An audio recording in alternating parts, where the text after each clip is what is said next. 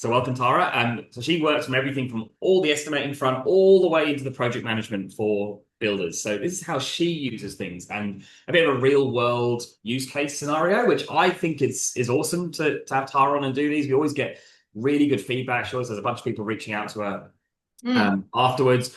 So this is not a how Buildxact tells you how to do things. This is how Tara uses it in the real world. And there's going to be some things where Tara doesn't use things the way Buildxact designs things, and that's perfectly fine. This is for you guys to sort of have a different approach. You've seen the Buildxact videos, or maybe you haven't seen the Buildxact videos, but if you haven't, definitely go and watch some of those at least. But yeah, this is how she does things. And obviously this is all to the estimating, but it'd be great for you to jump on for the project management one as well, or at least register so you get the reporting, because how Tara builds this is all with project management in mind, to make your project management easier, more efficient, etc., etc. So hopefully a good session today, and you guys all get some value out of it.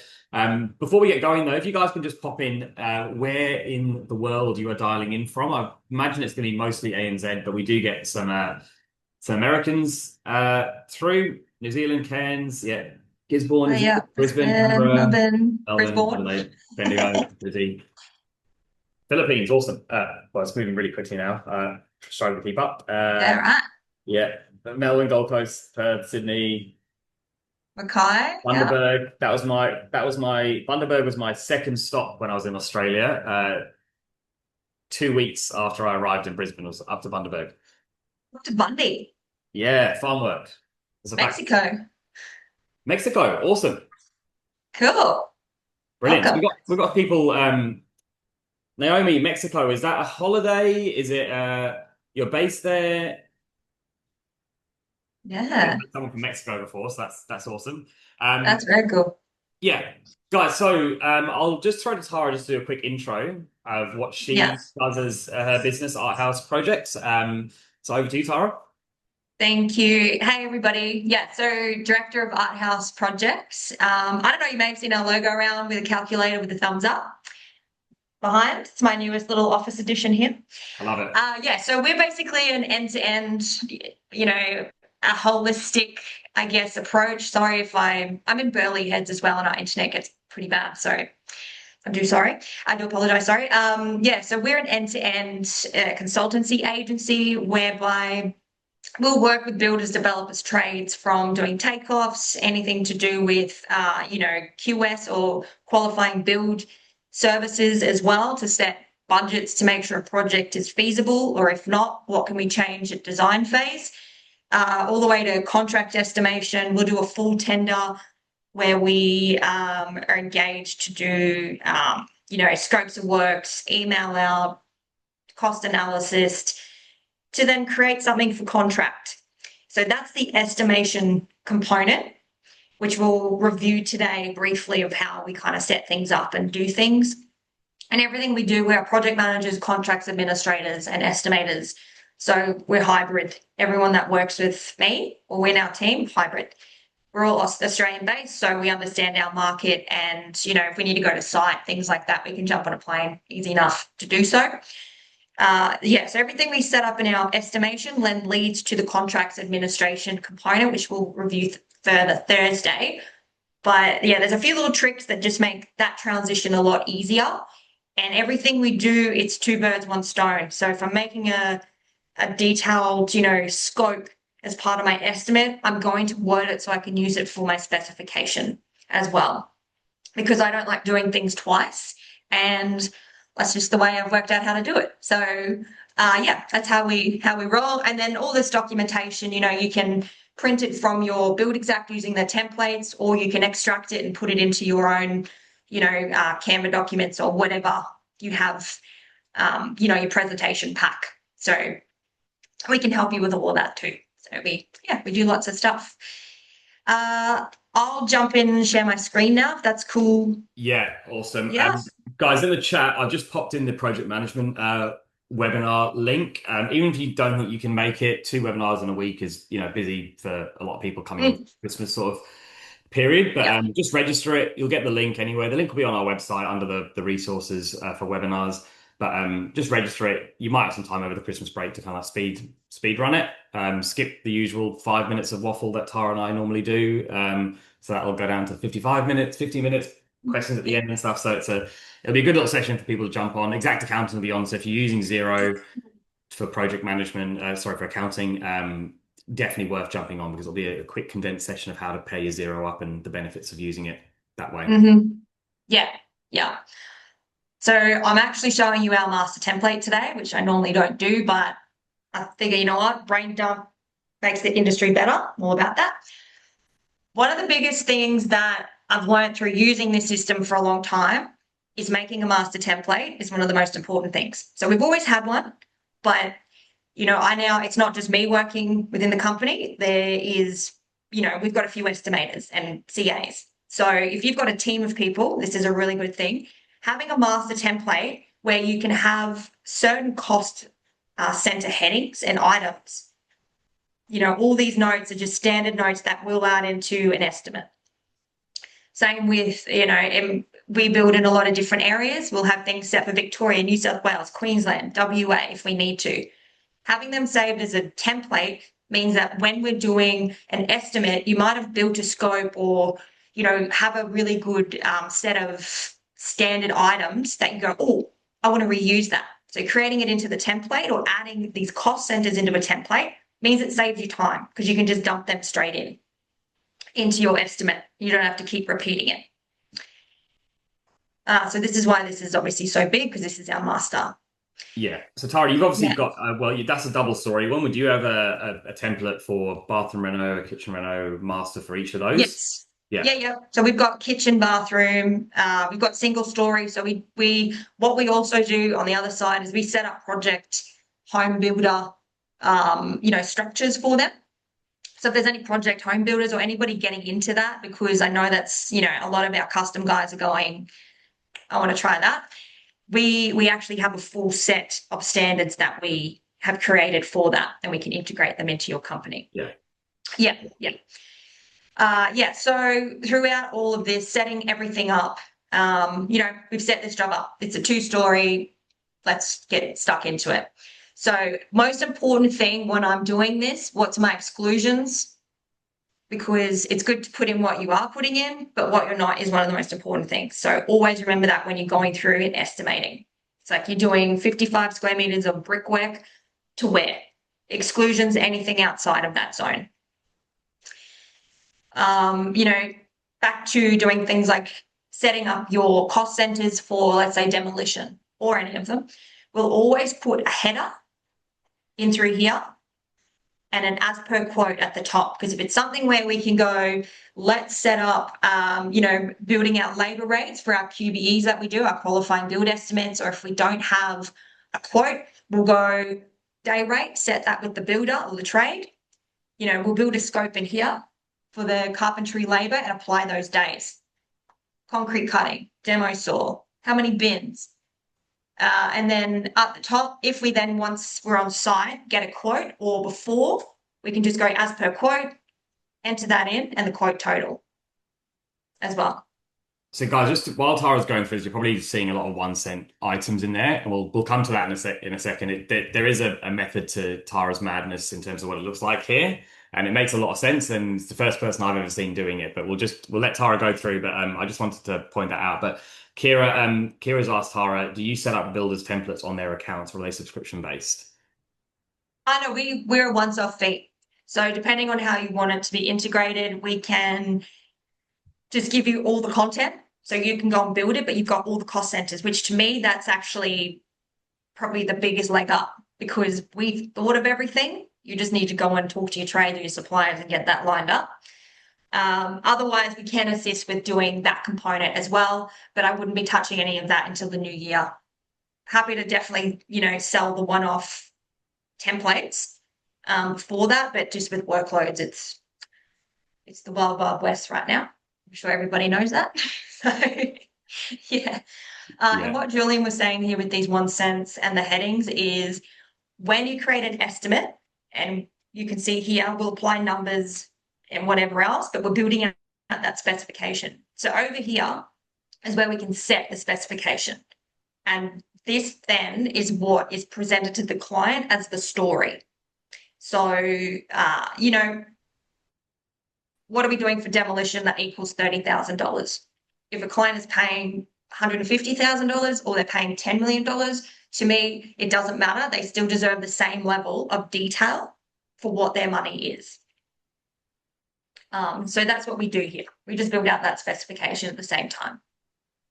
And the 1 cent comes in because when you copy this over to an actual job, so this is our estimate function, when we create the job, unless you have a unit of measure and a quantity with a quantity and then a unit cost with something in it, it'll actually disappear because it's not going to bring something over which isn't costed.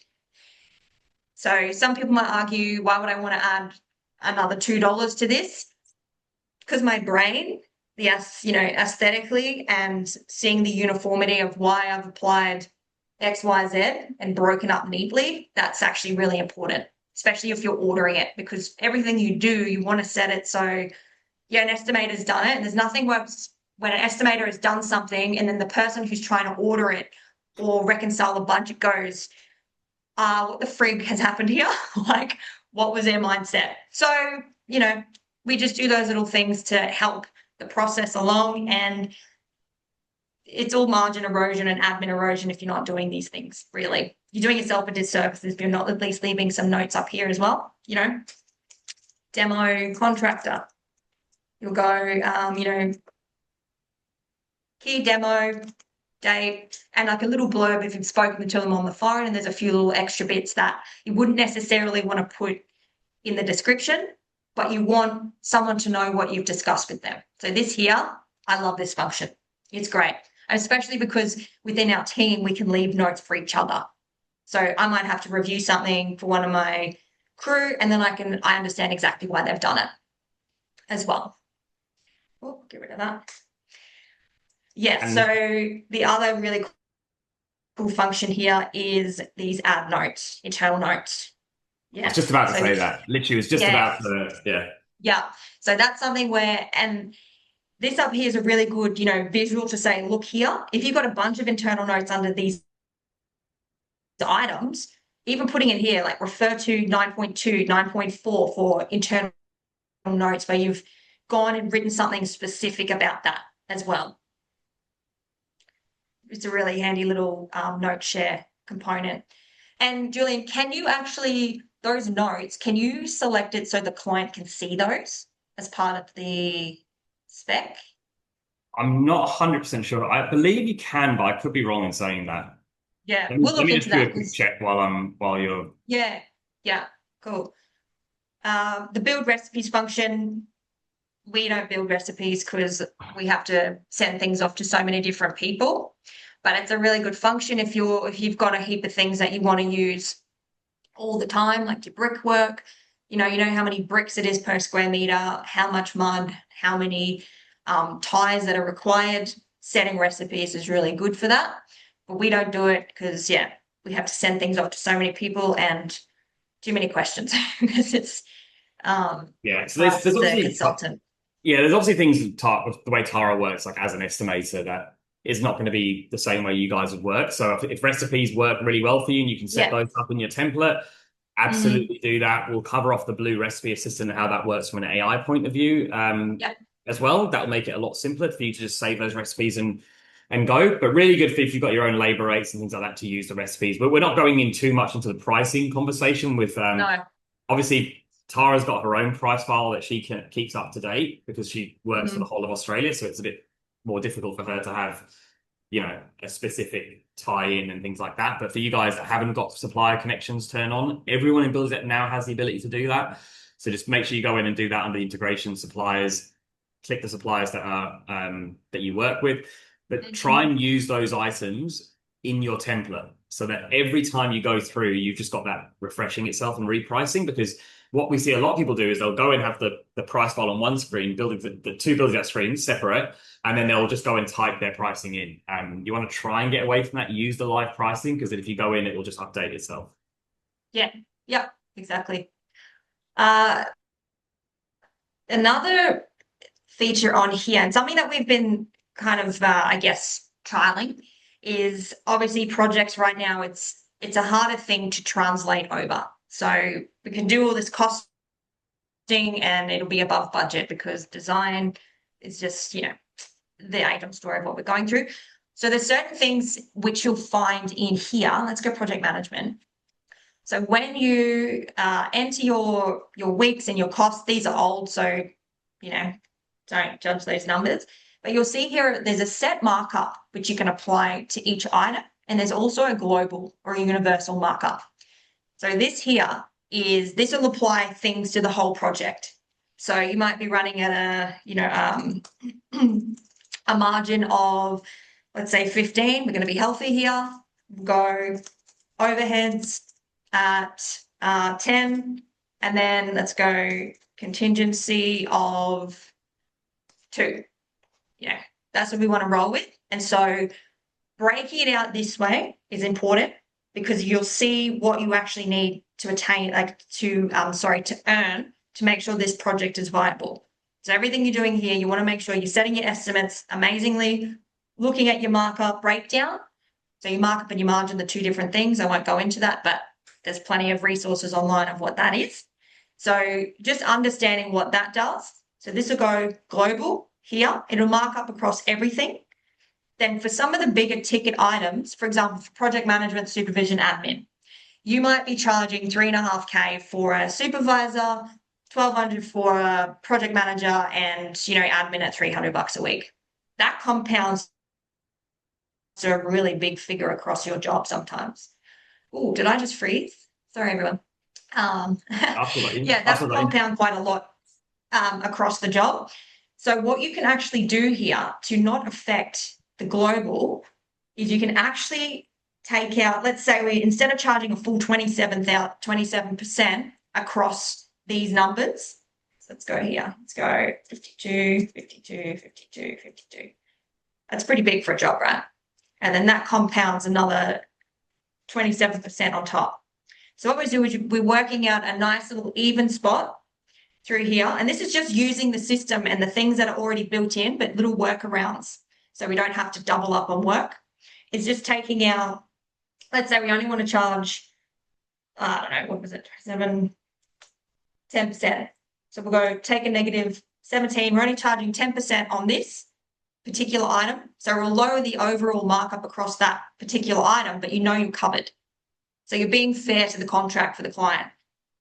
You're not taking too much, but you know that you're covered. So those are kind of things that we're looking at within the softwares and going, how can we better, you know, get these projects across the line, make sure you're covered, but also, you know, you've got to be fair to the client as well, because we earn money, or we're making money from their money as well. That's the thing that we're kind of, you know, working on through here.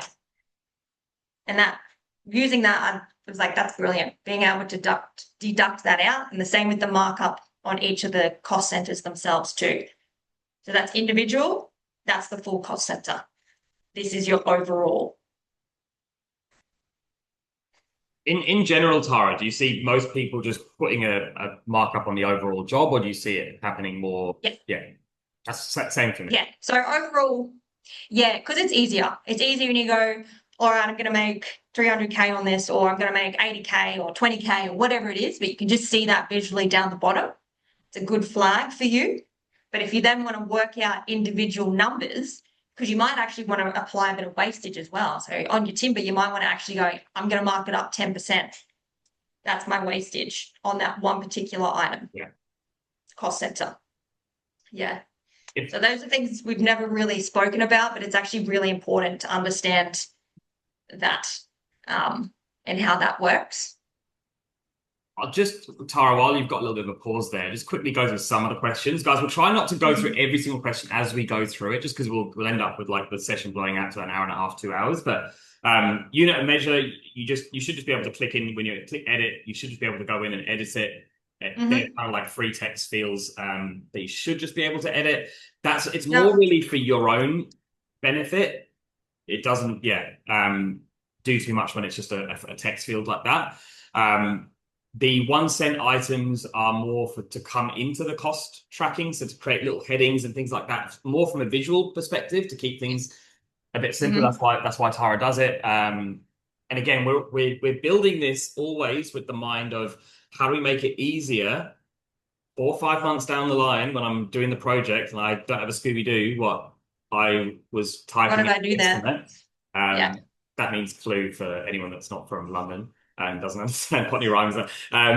But yeah, it makes it easier for future. That's why Tara does what she's doing here. Yeah.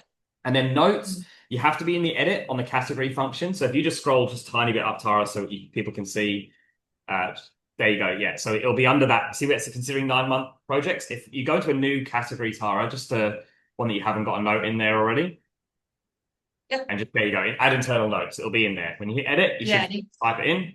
Edit. And then under here, come up. And then into the item as well. Yeah. And then next to build recipes is add notes. So you can add your notes. That's what will come through. Yeah.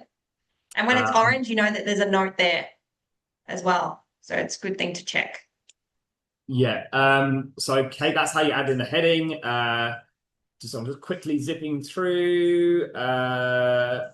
Anthony, this file isn't a large file in the sense it's not trying to sort of work through a lot of calculations. So this file will be perfectly fine to run through. This is like a fairly normal Buildxact file. It's not trying to do too much. I think I know what you're referring to about trying to do a lot of calculations and slowing down. This won't happen with this file.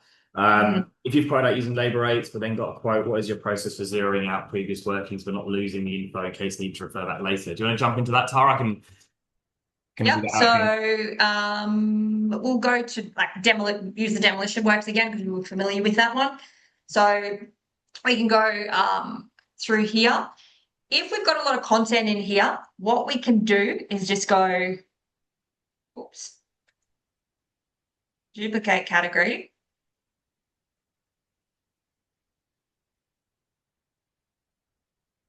Mark is not required. So we've got the history there.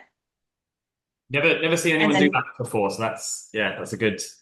Yeah. And we'll often do that with when we go from QBE over to our contract estimate. We'll either make a copy. We'll leave the QBE as it is, and then we make our contract estimate as part of the contracts and admin. We'll run a QBE version, and then the new version, get our overs and unders. So, going above and beyond what that looks like for everybody. Can you just go through what QBE, Tara, is? Sorry, in case anyone isn't. Oh, yeah. So QBE is a qualifying build estimate, and we use those. We create them in the same format as what you're seeing here, this level of detail, but it's not going out to the trades or the suppliers. It's based on, industry rates that we've worked on, other projects that when we've had pricing come back, we've gone, oh, yeah, I reckon we could get, the cabinetry list would be, 85K based on, where would I go? Based on, putting in budgets like this. So this is what it'll look like, these kind of budgets here. But we'll put it a little explainer. So that might be a 2-pack, or that might be just a standard laminate with builder's range stone. Specifications. And that way we can set those budgets high level for the client and the builder. And then you can work out, yes, it's viable, or no, we need to remove X, Y, Z scopes. Always remove scopes, not your markup. I'll give you guys a tip as well. I did this the other day. If you download this sheet, as in pull it into Excel, if you've got ChatGPT, pop into ChatGPT, ask it to create you a quote to say, hey, these are price ranges, not actual figures. ChatGPT will spit out a whole email for you to give you price ranges and things that it includes, all that kind of stuff for you. Makes it a really nice thing to just attach into an email as well. So I was pretty impressed by how that came out. So this is awesome for generating everything. If you just want to make it, I know some people aren't as good with doing the actual talking to clients part. This sort of thing can really help with just popping that into ChatGPT as well. Yeah, exactly. Oh, sorry, was there more questions?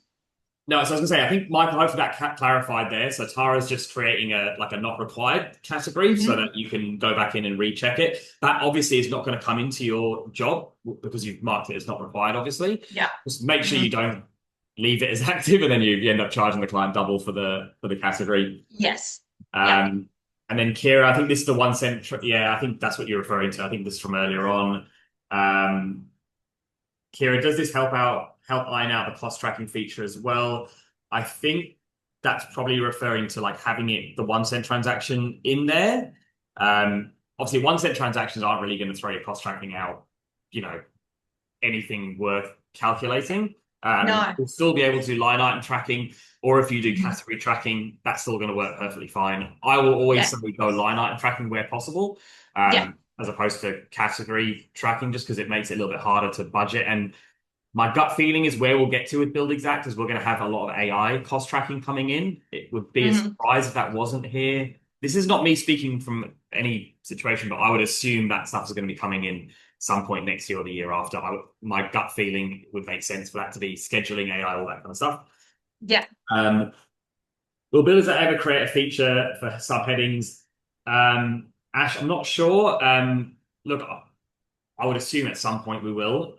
Whether it will be in the near future, I don't know, but probably a support question. It's for that one. The note section, Peter, hopefully we covered that. Yeah, I can see people answering the questions, guys. I really appreciate you guys jumping in when we're not getting to them. Um, yeah, Michael, work around Tara. Yeah, that's awesome. Would you ever go to contract using a QBE, Tara? We have done so, yes. But it's What not my situations? recommended because you don't have enough skin in. Yeah. Sorry. Yeah, what situations would you recommend? Not recommend, I'm not recommending it, but Oh, if it's something where, let's say you don't have full plans done, right? So you're going in, you've got a little bathroom renovation or a kitchen or something to be done, knowing that you can put budgets in there where you're going to be covered and you don't necessarily need the Sparky to go out there and price it up because you know that they've done something and it's about 7.5K previously. Cool, let's use that. Let's go to contract, put a bit of fat in there, a bit of a markup contingency across the job, and you can go for it. Anything bigger than that, I would always suggest getting your trades to quote because your trades are the thing that normally drive up what's going on here. We can dictate budgets. That's easy. That's fine. We can do that. But I would always put them in as a provisional sum if you're not getting something priced because you just don't want to be caught out with somebody going, I can only do it for this much when you've only got this much. Sorry, I can do it for this much, but you've only got this much in there and you lock yourself in. So provisional sum, prime cost, two really important things to understand. And over here, these are the functions where you'd find those. Prime cost is just an item, so it's like a tap, door. Provisional sum is a scope of work, so electrical, for example, because it's a labor and actual, materials and things which are needed to form a cost. The buttons over here, this function here, PC, electrical should always be provisional sum though. can you talk about why, Tara? Just Provisional so sum, and then these buttons here. Yeah, so provisional sum for electrical, it's because it's a scope of works. You'll have lead-in work, you'll have switching and labor that has to go into it, whereas a door is just a once-off item. yeah. But when you're going to contract, generally your electrical will change when you do your walkthroughs, so your rough-in meetings. Clients will always say, oh, I want extra lights here, or can I have that PowerPoint move there, or that's over there. Always happens. So you can give yourself the flexibility in your contract, and I'll talk more about this on Thursday. But having those items as provisional sums means that you have more flexibility in your contract to not be locked into that price. And then that way, when you're on site with the client, you're saying, look, we've got 70K allowed for electrical as our budget. And you'll have it quoted, or if you don't, it's all right. You're like, I've built out a pretty good scope, got an understanding of it. Client had agreed to that budget being in there when you've gone to contract. When you're on site, having it as provisional sum means that anything that's over and above becomes a variation item, but it's not a variation in the sense of all the admin charges that you put forward for it. You're saying we had 70K, perfect. If it goes over, you just pay the difference plus the markup. If it's under, you actually give them the difference back. So at 70K, it's coming at, I don't know, 65. We actually give them 5K back when we do a stage claim. So it can be a win-win for either party, but you always want to have a bit try and have a little bit more so you're not asking for more. So, yeah. And with those buttons, provisional, sum, prime cost, these over here are also really important because this is how you set where your markup, your global markup that you have here and where that goes on the item is dictated by these buttons. And again, when you're doing and setting these for contract, provisional sum prime cost, you only want to show what the client has to spend. You don't want to show with the markup because that is what causes confusion and clients think, oh, sweet, I've got $85,000 of electrical. The reality is, no, they've only got $70,000, but you've got all your markup that you've shown to them.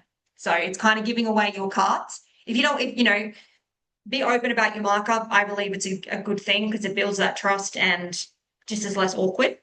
But in some cases we can't and we don't, and you don't have to show it. People who think you have to, you don't. It's your business.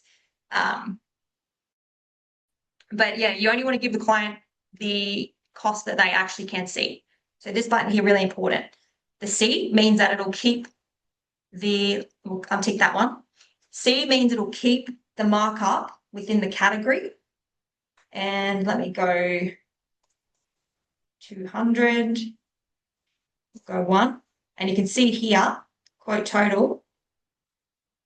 This here is just that amount plus our markup.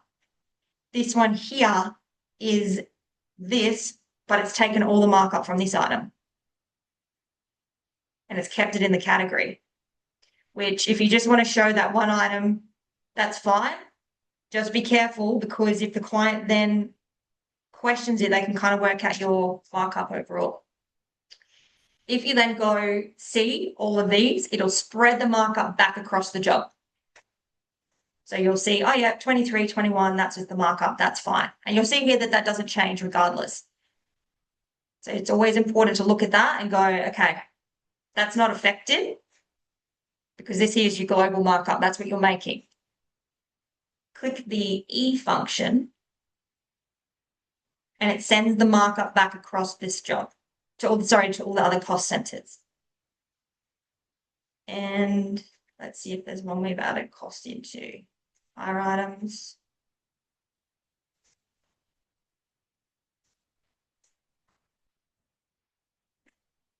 Yeah. Click on that function. Show breakdown, markup combined, redistributions. So by clicking that E function, we've actually spread that whatever amount of markup back across the job, and it's jumped onto these tiny ones here. You see it's a 4K has been lumped straight into the toilet higher, basically. So just when you are setting those out, just be careful with how you're wanting to redistribute those items.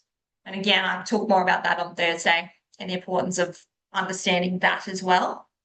Oh, sorry, what that then triggers for your contracts admin. But yeah, that's get rid of that. That's the prime cost provisional sum components. And you've actually, Buildxact has a really good little YouTube on that as well. Yeah, I think that the important thing to know with this stuff is that there's no right or wrong answer as such. It's just really how you want to distribute it. There's a few comments in there about, like if you distribute it across the whole project or, and then you change something, it can muck it up and stuff as well. Correct. So look, I don't think a lot of people use this. I actually think it's a really good feature. I'm not sure if you use it, Tara, but estimate versioning, guys. Like I think this kind of feature just kind of came out and people didn't really understand that it was really there. But if you just to show people, Tara, if you just can just save that for now and just go into your estimate details section for me, please. Mm-hmm. So if there's, sorry, no, actually inside the estimate, sorry. Oh, so go back to the estimate you were already in. Yeah. Change or just a consistent one that maybe saves every day or something. But yeah, if you scroll down, Tara, in that screen, it should just be right at the bottom. Yeah, there you go, capture version. Yep. So when you hit that, that will create a lock on that estimate. Not a lock, sorry, it's not the right word to use. It will create like a point in time version of that. So that's another way for you guys. If you say, even if you had like a QBE and you wanted to lock that in place and then go back in and sort of do the full one, then you can do that as well. Yeah. Perfectly fine. Yeah. It would be great. I'm just going to put out there if we could run reports within the system on version 1, version 2, and it'll spit that out because there's other things that we've used like that are really old where you could do that, and that was a really good report. But we do it manually in Excel. That's how we get around that. Yeah. It's just we've got to obviously analyze numbers and explain them all day, so it's the easiest thing to do. So provisional sums of prime costs, really important. The markup component, again, important. And I saw someone in the comments say you'll delete the word about the markup or the margin overall, and it's just explaining the overheads component of it. Can you, yeah, which is it's a good way of doing that as well, explaining to the client exactly overheads is only, 10%, the rest is the markup or the margin that you need to make to actually stay open. Yeah. Yeah, Kira, it's more just for, it's not going to help as such. It's more just for keeping a record of what was there before. Just before we jump forward, Tara, just quickly go through because I think there was a couple of so Charlie on the ChatGPT. Sorry, I wasn't saying the ChatGPT to help you with the rates. It's more of ChatGPT to analyze your estimate and then create a client-friendly response. So if you've got a price range, let's say the cabinetry came out as, I don't know, 15 grand or something, you would say the ChatGPT might give you a range of 13 to 17 or something like that. Just more used as a, like, try it when you get a chance, guys, and jump off here. Tara, if you scroll up to the top there, and then if you go into the little settings cog on the top right of that, so if you go into that and then you go print categories and items into Excel, just paste that into chat or pull that into ChatGPT, ask it to summarize it, give you price ranges. These are broad range estimates, blah, blah, blah, blah. Do that. It will spit out a whole thing for you and it will give you, cabinetry, da, da, da, da. It will read your estimate and put out like a client-friendly email. So for those guys that are just trying to like go sort of quickly get an email out to a client, don't want to do the full Buildxact quote, just spit it out, bam. This is a really good way of doing it. And obviously you'll get better prompts and stuff using ChatGPT. I personally find it awesome. Yeah, no, that's a great idea because we do that at the moment anyways. We do like a summary document as part of that thing, but that's a really good old ChatGPT. They're Honestly, good for building. I'm still learning like so many things, and I'm just like, oh my God, this AI stuff is amazing now. It is. And if you're using like the AI tool in our system as well to help you generate the pricing, the pricing is going to be like fairly accurate. And obviously, if you're combining that with your own labor rates and stuff like, so swap out the Buildxact AI stuff with your own labor rates, even more accurate for you and your patient and your trades that you work with. Then using a simple explainer using ChatGPT is awesome. Oh, yeah, absolutely. Because you and I ran through one the other day because I know my, for like a standard timber deck bearer joist situation, I know what a square meter rate would be, pretty universal to cover that. But then you and I built one in the blue, I think it was blue together, and it spat it out pretty accurately as to what that would be. Yeah, we'll go through that in a second. I took a picture of Tara's reaction to it, of how accurate it was. I think like she was like this. Was I was like, I think you had your hands up in your heads. I think that was what it was. But probably, yeah. Look, the AI stuff isn't always going to be accurate. It's not meant to be there to take, do the full estimation for you. It's designed to kind of give you a bit of a guideline. My take on it is use the AI, fine tune it, pair up material prices that you've got live coming in from suppliers and rinse and repeat. That'd be my recommendation. But sorry, I'll just quickly jump on are we sort of loosely finished on this part of the costings, Tara? Yeah, pretty much. I mean, you can see what we're doing and how we set things up. So I'm So pretty good with that. this is the main chunk, right, that we're going to be spending. So I'll quickly zip through some of these questions and then we'll go through into the specification screen. So this can show people how these 1 cent items and all that kind of comes in and when you've tied up specifications. So Malia has just said, can you show how to download that? So just scroll up again, go to the settings cog, Tara, if you can for me. So settings, print categories. Anything you can export from Buildxact guys is generally going to be under that settings category. So put it as a PDF or an Excel.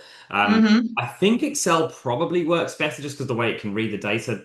I'm not an AI expert, so I could be talking complete gibberish right here. But that's how I did it. I just dragged it into ChatGPT and it worked perfectly fine for me just by giving it a summary. Try it and test it out yourself. Um, yeah, Kira, ChatGPT. Guys, we've got on our website, if you go onto the resources section, there's an AI webinar that we did with APB. Varan from APB is awesome at using AI. It's a real simple AI for builders, not this like set up a whole system to read your emails and respond to you and all that. It's literally just basic stuff, how to respond for an email. As Kira's saying, it's good. I've just paid for it myself as well. I think it's well worth it. I use it on my phone all the time to put my little boy in a Spider-Man costume, and he bloody loves it. So that's a good one. Scope Works, another one, Scope Works and Carpentry Scopes. Awesome. Yeah. Yeah, pulling all the standards. Can you open the original version without overwriting the changes you have made? Yeah, if you open the original one and edit it, then it'll obviously edit it. Effectively, what we're doing is we're just a snapshot of an estimate at that point in time. So you can obviously go back in and edit it. It's like having a picture and creating a copy of it. If you go back and edit that picture, it'll still be edited, but effectively captures it. So as long as if you don't edit it, it will change. John, we did the wording to state markup is for profit only. Yeah, good. So this is just kind of how you document things into the John. Good point. You're keen to thoughts on this. Yeah, I think we covered off most of that. Yeah, I think we're good there, guys. Hopefully we're covering off as much of the questions as we can while we're sort of going through this. Do we just, I reckon, Tara, we just go through the specifications. I can jump back in and show the blue sections afterwards. But do you want to show your specifications and how that translates into it from? Yeah. So this button up here, basically the way that we build our estimate is then, so we want to, give the information, but then it's kind of how we want to build it as well. And set the specifications, match costings order. Super. I love this button so much because if you make any changes in your estimate costings, you don't have to go through and manually reorder. Press that button and it just does it, pulls the information across, which is great. So you'll see here, these are locked, meaning that this information has come from the estimate costings function. So if you want to edit, you go back into here, but it pulls all that information across. And a lot of that stuff is, this is all job specific, but we keep some of it in there because it's like peaks on things. And then we can go down into, there's a good one that's broken out. Here we go. So inspections and whatnot, you'll have the heading, items, line break, because this is two separate things, but it's under the same item. Inspections and then insurances. So visually it presents really nicely and clear.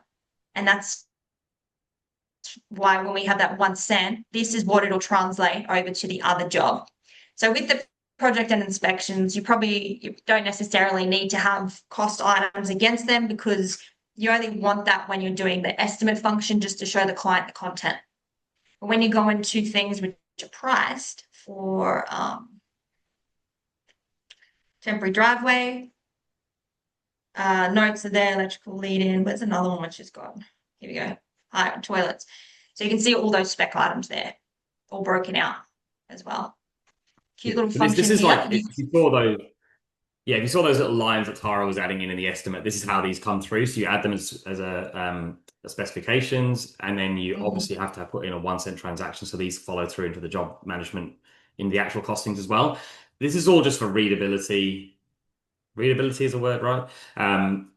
To make it easy when you're in the job and in the specifications part as well. If you don't add in a 1 cent transaction, it's not going to come through into the job. So, the lines don't really add a whole lot of they don't do anything other than just making it simple and easy to follow. I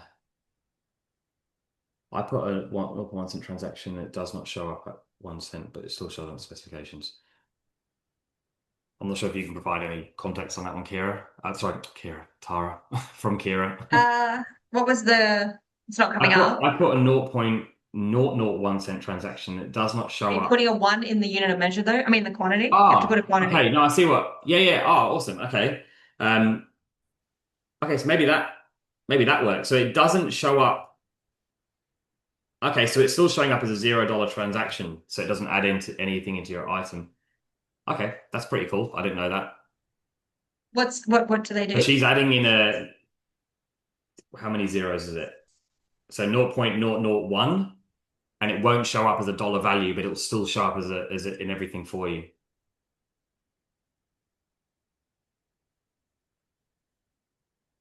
Correct? Yeah, cool. Okay. Sweet. We'll give that a go. Yeah, sweet. Yeah. See if that comes over into the job Great job. later on. Yeah. So what's that? Um, 13.2. yeah, Adam, if you add anything as a dollar value, it should come into the quote letter, but maybe now at this one it might not. Okay, that looks good then, Tara. I reckon that's the way to go. Yeah, we'll definitely give that a go. So that's 0, 0. Okay, cool. Yeah, because obviously Buildxact is obviously reading it as something in there, but it's probably Mm, something down. So great shout there, Kira. yeah, I hadn't that's noticed that. awesome. Tara hasn't noticed that, so that's a good one for everyone else. Oh, yeah, you can do that. For Cornello, I think that was, but you've then Yeah, got to set it differently. So I don't necessarily want to show everything. everything because there's certain things in here I go, client doesn't need to see all that, you know, rubbish that we're speaking basically. But yeah, you can do that function as well. Yeah, but also as Ratio well, probably zeros. just if you've got items in there that you just want to have as in their Cornelius, sorry. template perspective, Mm, you don't want to actually have it in your estimate, then having it showing $0 is going to show you have to delete all the extra stuff that you don't want in there. Uh, yeah, yeah. Hmm. But I all mean, right. that's just a preference on how you want it to display, really. You know, there's all Yeah. many ways to skin a cat, as they say. But yeah, that's 0, 0.1. That's awesome.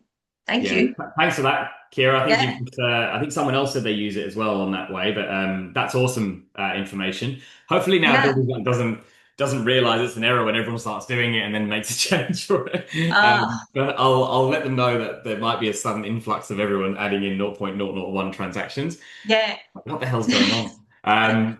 But I think are we good on the specifications, Tara, and how that works? Yeah. From Cool. my side, definitely. Anything we want to quickly run through in terms of how to display this on the quote before I jump in to talk about the blue stuff? Um, I mean, a few different things you can do. If you've got specific areas that you've done takeoffs for, and let's say, you know, structure like slab works, for example, where's my slab works? Or block work. Right here, you can add your little images. So you can go into your plans and takeoffs, snip something out, and then add it into your specifications component. And that's kind of helpful when, you know, especially when we do QBEs, because your client's like, oh, what's the extent of this? Snip a little image, put it in there, and it presents out on the specification that way as well. Yeah. And then They can you don't just have show a function though where they should Buildxact, please make a function where I can just go click here and drag it straight from the plans and takeoffs function, because that would be amazing. But yeah. Mm. and then can you just show how you would display this in a quote letter? We've got a couple of questions I think asked for that.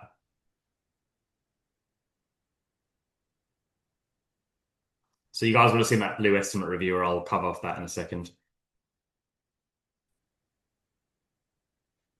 So the main ones, Tara, I think you're probably going to be spending a bit of time on is the quoted items, allowances, and specifications, right? Yeah. So depending on what you want to do, we've got our little logo there, we've got an image, set your colors, however you want that to be. The letter function, you know, that's up to you whether you want to put your standard terms and conditions in there. I'll go back to the spec in a second. There's a function where we put it right at the top as well. Quoted items. So this is where you can set how you want it to display. You might want it to look like this. Total, all the items that are in internally, but no costs against it. You're just seeing all the words. So that's where that zero item would come in handy to bring that across. You can include your recipes, show your quantities, your unit of measure. Again, this is all very specific to how you run your business and how you want to have those conversations with clients. And different projects call for different levels of information share. So it's not one thing fits all. So you just need to remember that if you're working on, some like a cost plus contract, open it up. Don't be scared. Just open it up, show it all, talk about it. Sometimes with the fixed as well. Open it up, talk about it, and then there's just no awkwardness. We, as part of one of the things that we do, we actually have those meetings and share them with the builder and the client and sometimes the architect, because obviously we're the ones who work on the numbers, so we can translate that, into a bit more layman's terms. And then the builder just chimes in with a bit of a banter or hey, we've done X, Y, Z. So, that's a service that we offer as part of what we do. The allowances component, when I was saying before, how you've got your PCPS and setting that margin, moving that around, this is what it'll bring out. So right here, I just want to show that they got $1,000 and $1,000, that's it. Don't want them to have markup. So this is where all of that information will spit out on the allowances. And this is great because when you're entering this into contract, you'll have all your provisional sums in one item, and then it gives you a total down the bottom. And the same for prime costs as well. So you can just literally snip that, put that straight into contract, master builders, HAA, whatever. Specifications, this is how it'll print out, and you can choose to show these reference numbers because then a client can say, hey, 1.001, what is that line item? Or you might just get rid of it and just put all the words in there. It's up to you. Quote summary. This is price X GST. And if you want to put your markup in there, make sure that button's not clicked so it doesn't spit it out here.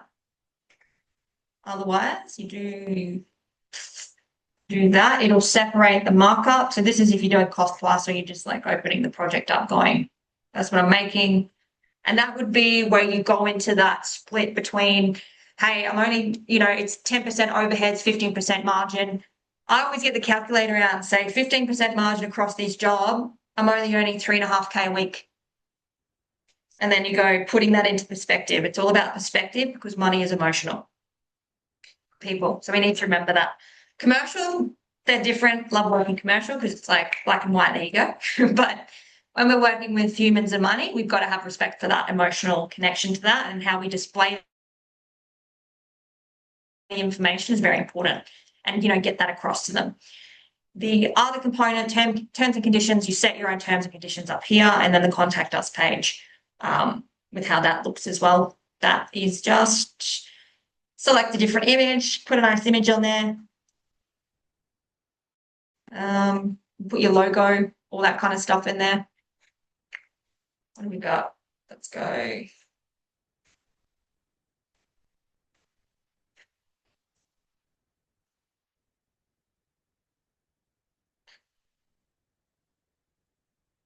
you go. That's our new shirt design, by the way. I love it. I love it. Yeah. Kind of looks like a band t-shirt. I'm not sure if that's what you're looking for or Mate, it was done by a guy down in Tweed, and his company's name Poon Goat. He does the coolest stuff. So yeah, legend. Love giving artists plugs. But yeah, that's how we set up our quote. But if there's things where you put them into Canva, just extracting the quoted items, allowances, and the spec, that's probably enough. But yeah, again, muck around with how you want that to display for your own company.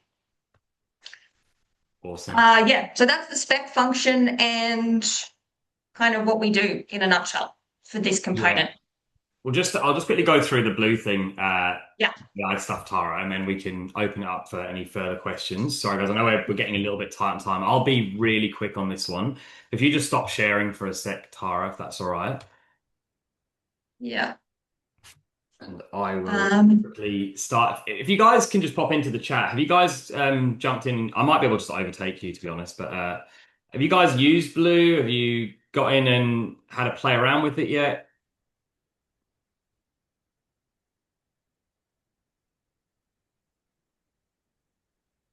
Not yet. No. Okay. Well, let's just kind of give you guys a little bit of a quick crash course at what it actually is and how it actually works. You guys can see my screen at the moment, yeah? Mm-hmm. Yep. Well, I might miss some of these questions that are coming through, Tara. So if you just do the return favor this time of keeping an eye on them. Ooh, I can be the adjudicator. Yeah, yeah. So Chat. look, guys, it's not going to do the thing I want to say here. It's not going to do absolutely every single thing for you. It's really designed to get you a portion of the way there. What the types of projects you're using and how it's going to work is going to be dependent on how much value you're going to get out of it, or at least in terms of speeding things up. The thing that I always say to people is that what we see time and time again, even though we've got supplier pricing in there, people just quote an estimate, really, really, really rolled up pricing, which isn't really based on a whole lot of accuracy. Um, Putting in supplier items and things like that takes a really long time. So people just don't do it. And that leads into a cost tracking disaster of too many rolled up items. You did the quote, the estimate 3, 4, 5, 6, 7 months ago. You kind of don't really know what's happening. Obviously, if you've got Tara's workflow, you hopefully will understand a little bit more. But generally, people lose so much money in these projects and people don't have any idea it's happening. So I'll give you a couple of key things on the blue front. Um, if we go into create new blue estimate generator, this is really ideal for people that don't have plans doing Reno projects. It will work for if you've got plans. Just when you create, just go in and put the plans in, doing additional measurements, all that kind of stuff. But effectively, click this. We click what we actually want it to be. It gives us a default description. Obviously, go in and put your own one in. Use the voice note as well. Select where you're located. So for me, I'm in Brisbane. And then hit estimate generator. This bit takes about 3 to 4 minutes, so I'll just show you one that I've already got ready to go. Just click out of this. So guys, I'm only really treating this as a quick run through, so I won't dive too deep into it. But this estimate has come directly from Blue, from the AI system. And you can see there that it might not show you now, but I had Bunnings set as my supplier in here. But it'll effectively create all the categories that I need and all the individual items that I need as well. So where possible, these will come from suppliers. Obviously, at this point, we're not going to know absolutely every single thing that you need in here. Just go and swap these out. Swap these items out, save the template. This will help you get 80, 70% of the way there in building your template out. It'll do your category titles, it'll do your estimate things. Just go in, create the recipes, swap your own labor rates in, and then you've got, a bit of the way to go for future reference.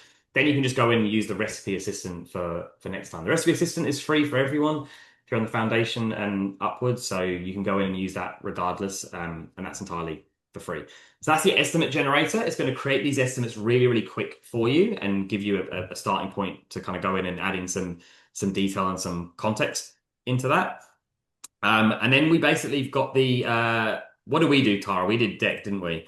So if I go into here, decking, recipe assistance, so anywhere you're going to see blue, that's AI effectively. I always describe it as, remember Flippy on Excel and Word, that little annoying pop-up that came up? Yes. Yeah. Blue is just our personality of AI, that what we're going to call it. So you'll start to see eventually blue being in the job management and all that kind of stuff as well. So really important, I reckon, for you guys to jump in and Duffin. listen. Can you load a template into Blue and get it to check off on it and add any omissions?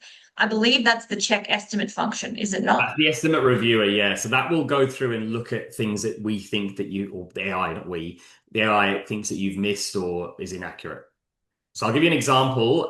Beck in our sales team, she's one of the most Mm. experienced people here at Buildxact. She's also an estimator for her brother and dad's building business. She uses Buildxact. She knows how to do things. She shouldn't be missing anything because she's well versed in the software.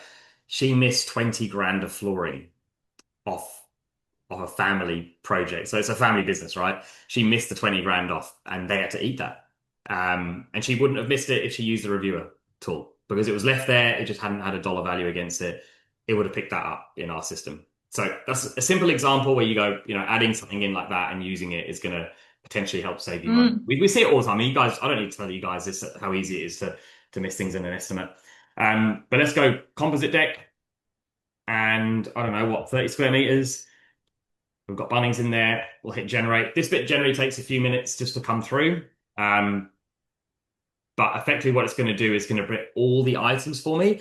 For me personally, what we're trying to give you is as much detail as we can give you. I personally think sometimes it comes through as a bit overkill.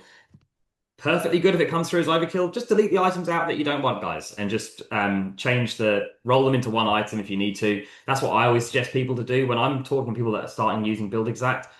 Your main materials, your main labor, everything else, and Tara, you can jump in and shoot me down if you think differently on this, but everything else, in my opinion, just goes in as like a miscellaneous item or whatever you want to call it under that recipe or under that category. And then you don't have to worry about cost tracking every single bloody nut and screw because I know sometimes, like, that's what people want you to do, but I don't think you Yeah, get. no, sometimes doing that is just that's silly. Yeah, As someone who runs numbers all day. So having that as a recipe, because that way you can just go, that's my budget, and then put a new line item underneath what's actually been received, and it just draws down on it as well. exactly. So you'll see, guys, Yeah. here, the Bunnings logo means that these items have come directly from Bunnings. I'm not sure if you noticed it, but I had Bunnings as my default supplier there as well this time. So that'll come directly from them. So these are live pricing items that have come directly from Bunnings. These aren't just things that AI have pulled out of thin air. Um, So this is all we've pulled in. Look, for me, again, I would probably just go in and just put my carpentry all together. So when it comes into the add a recipe and I jump into it here, now you can add these as all items if you want, or you can just do it as a recipe. So this create a new recipe for me. For me personally, I would just go in and under the hourly ones, I would just go and delete them and put them in. So I would probably just put that as like a 0.75 line. I don't think we've got any other ones. No, we've got no other ones. And that will just simplify my labor item into one line rather than having two or three different lines. That's how I would do it. You don't need to follow me. This is going to be really good in terms of raising your POs and stuff as we come into the project and stuff later on. Obviously, if you have these things broken down in different categories, you can kind of go in and put them into different categories as well. That's probably the most important thing is if you have the ability to analyze it back to actual categories, is because the actual categories is what makes up your costing, so that you can actually analyze numbers properly. So at the moment, I'm looking at that going, yeah, $809 for a recipe, yeah, cool. But when I need to actually analyze the numbers, like, is it profitable? Is it not? What am I doing? Which category does it need to come from? Doing that extra step here is going to save you so much time when you Absolutely. translate it to creating a job. Yeah. And the thing is, sometimes you're ordering these things at different portions of the build, different stages of the build and stuff as well, and where you Mm. decide to put it in. We see people all the time. Some people have like a separate category, so they'll have like your chippy materials and things. Then you have a separate one for your labor. So like that's how you would separate these out in terms of your actuals when you're bringing it through. Yeah. But that's the recipe assistant. That's how it works. Mhm.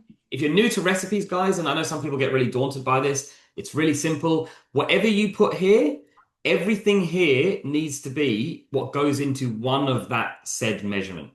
That's the easiest way to look at it. If you're hanging an internal door, that would be each.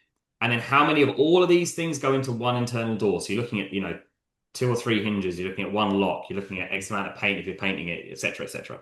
That's the easiest way of doing it. Always kind of when you're doing it, when you're doing each item, just go, how many of this item go into one of that thing? So 1 square meter, 1 cubic meter, 1 linear meter, etc., etc. But use Recipe Assistant; it'll get you, a decent part of the way there. Whether you want to be as detailed as not as this, it's up to you. Delete the items out, put it as miscellaneous. It's going to be fine. Like things like when you've got things in there, like 20, $30, put it in this, bundle them all into one line. That's my recommendation. I'm not sure if Buildxact approves me saying that, but that's what I would do if I was you. So that's your recipe assistant. The blue reviewer. Sorry, Adam. Yeah, you will be getting the recording, mate. So it'll be on the website. You should get an email with it as well. Sometimes these videos take a long time for it to process and upload, so there should be an email that goes out. But if you don't get that, just reach out to me, juliank@buildxact.com, and I'll be able to help you with that. So general review. Obviously, if you've got to create a checklist and you can do a bit more detail on here, this is just a really simple kind of work through and some suggestions on here as well. I've already done this before, so it's already showing up for me, but it's basically going to show you things that you've missed. Yeah. So Now there's a question. Oh, sorry. yeah, go on. There is a question here just before we head off because we're getting there. So when this is back to that PCPS item for Nick, Danielle did answer it partly, but what if your PS item comes back more than allowed? How do you gain that extra markup if the original markup was spread throughout the estimate? That estimate amount, that markup is spread back in there, so you know that it's covered. What you're then doing in here is raising an adjustment for a provisional sum prime cost. And I'll go into that on Thursday. But then you can add that additional markup that you would be claiming for the extra $500 on top of that. So that's what the client sees. You're going the adjustment, giving it back. So it's like it was 50,000 in there, put the 20% there. The new total, 57, put the 20%, balances it out. You have to do it with an adjustment though when you're raising to make that for the client to then pay the difference or give it back to them on there. Awesome. And yeah. I'll just jump into the takeoffs for Blue as well, Tara. So guys, you can see I've already done it in this one here, but I'll show you how it works. If I go into scale, oh, not scale plan, sorry. Launch takeoffs, getting ahead of myself. So you can see here, Blue Takeoff Assistant, click it, floor areas, and it will measure the floor areas. It takes about 20 seconds or so to do. Guys, while I'm doing this, if you haven't used any of the AI stuff, just jump in and use them as a free trial and just see how you go with them. At the very least, just use the free trial to help you build your templates and see if you get value out of it. If you feel like you're getting value out of the AI, then obviously you want to continue subscribing, then great. But the free trials are there. Use it to help create your templates. Just see what happens. You know, get you 50% of the way there. Try some recipe assistant generator there, so it can help you with creating some of your recipes. Just swap in all your supplier price items that you want, and it does the same thing for your labor. So if you load it in your own labor, just go into the recipe, select the labor that you load in. Don't ever free type if you can avoid it. And yeah, just save your recipes. Just make use of the free trial while it's there. For some reason, this AI never likes this bathroom. I don't know what it is about this plan, but it never really likes it. But you can see here, and if I go in to show you the measurements, it's labeled all of those there. So this is the linear meter one, but you can see here, it's labeled all those for me. So really simple and easy to go in and do the measurements. For me, the main value with Blue at the moment is in the estimate generator for those that don't have plans, and the recipe assistant for you guys to quickly just go through and start bulk creating your recipes, add them into a template, save them, and you're good to go. If you want to go in and reuse them to regenerate, you can obviously always go in and do that. But once you've tied things to your supplier items, it makes it a lot easier to kind of go forward with it. So I don't want to derail this whole conversation because this is a very Tara-led session, and I hope you guys got a lot of value out of that, because the idea is for us not to talk about how Buildxact wants you to do things or how Buildxact suggests you do things. It's for Tara to come on and talk about how she does things. Before we kind of get into the closing, I just want to go in and I'll add in that project management session as well. I've just got the please no one talk because it's going to shoot my message right down as soon as you do that. I'm trying to find the link. And someone just did it. Thankfully, it didn't do it. It didn't shoot me down. But the project management one is a really good one. So we're going to cover timesheets. We're going to cover Xero integration. We're going to cover cost tracking, scheduling. So it's going to be a really informative session. That one's going to move a lot quicker because obviously there's a lot more things. Here we really spent most of the time, Tara, talking about the estimate costings and how she does things there. But yeah, when you say build estimate without plans, what exactly do you mean? So Mustafa, with the estimate generator, so when you go into estimates, create new, and then it'll be Blue estimate generator, you don't need plans for that. That's just more of a verbal or a text prompt. I would always go verbal over text in terms of generating the estimate. The way that I always say for people to do it now is create a document that you've got all the things that you want to fill in. So demolition, space, and just fill them all in, copy, paste it into the Blue. So you're not missing anything in terms of you filling that information out. Even if you go through and do an estimate generator off of a previous estimate you've got, just so you've got some context in there of what to be putting in and just see how close it gets. I spoke to a builder at a Master Builders event in Wollongong. His estimate came out as 88 grand. Our estimate generator came out as 90 grand. So it's pretty spot on, provided you give it the right context, because it's using real world data from supplier pricing, and as well as we've got a significant amount of data obviously in Buildxact, so we sort of know roughly things cost around the country. So yeah, definitely come in and join the next session. Tara, any kind of closing remarks there, or any other questions? I don't think I think I got through all of them. Yeah, so I mean, I actually have written that course for working from the whole way estimating to project management side using Buildxact because I'm a nerd. So yeah, there's that external course that I offer as well, which Yeah, I know I've said this a few times that I open it up as a webinar, but I just, it's like get busy. But yeah, I think it's probably a good time to be doing that now because as a company, we are tracking more into that contracts admin project management component. It's what I like to do. So working with builders on, jobs that are on site and doing their thing. So yeah, that's something which if anyone's interested can send over the intro pack, what that looks like as well. And I've put all my stuff in perfect. there. And yeah, Thursday session will be really good too. Yeah. So, guys, Tara will be on there for Thursday as well as Exact Accounting, and then we've got someone from Build Exact Support. There's a lot more detail in the project management stuff, which Mm, I'm not in support, so I'm not always the best at answering some of these questions. So I always want them to help me, especially for the job management stuff, because there's just so much more. I think estimating feels like where everyone spends a lot of time, but job management is so broad. Like it's cost tracking, it's zero, it's scheduling, yeah, it's variations, it's POs, it's the whole shebang. So yeah. I need a bit of helping hand there. So Tara, so if you want to reach out to Tara, her details are in there in the chat. Just Mm, scroll up a little bit, guys. Hopefully you guys got some value out of this. When we put these sort of things together, we're really sort of looking at trying to get you guys value out of the ones that are using Buildxact. You might not be using Buildxact, you just want to see. But I always think Tara's absolutely awesome for like coming in and just giving real world talking points, feedback, how to, whatever you want to call it.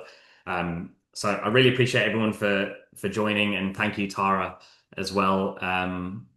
Thank you for having me and No thank you problem. for everybody for joining because yeah, it's a hectic time of year. So Yeah. now we're out of the day. That's a big thing right now. So thank you very much. And I'll repaste those there. Yeah. And I think someone mentioned about is there a webinar for Blue? There was one. I think we did about 2 or 3 webinars for Blue, Kate. So I'll get someone to reach out and just there should be a recording of that somewhere. Um, but yeah, leave that for me. I'll reach out.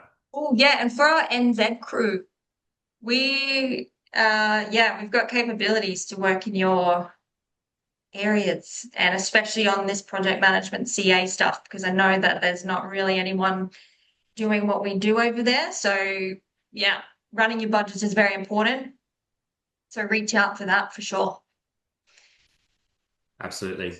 Yeah. I Mhm. mean, it's one of those things. I think a lot of times people are very try and do everything myself. And I think sometimes it's a lot more about who you have around your Yeah. business rather than how you do things in your business. For a lot of people, it's like Mm. it takes me, 5 times to learn this thing and I'm 5 times slower than someone Yeah. else rather than just paying someone else to do it that actually does this for a living and knows what they're doing. It Mhm. makes it a lot easier.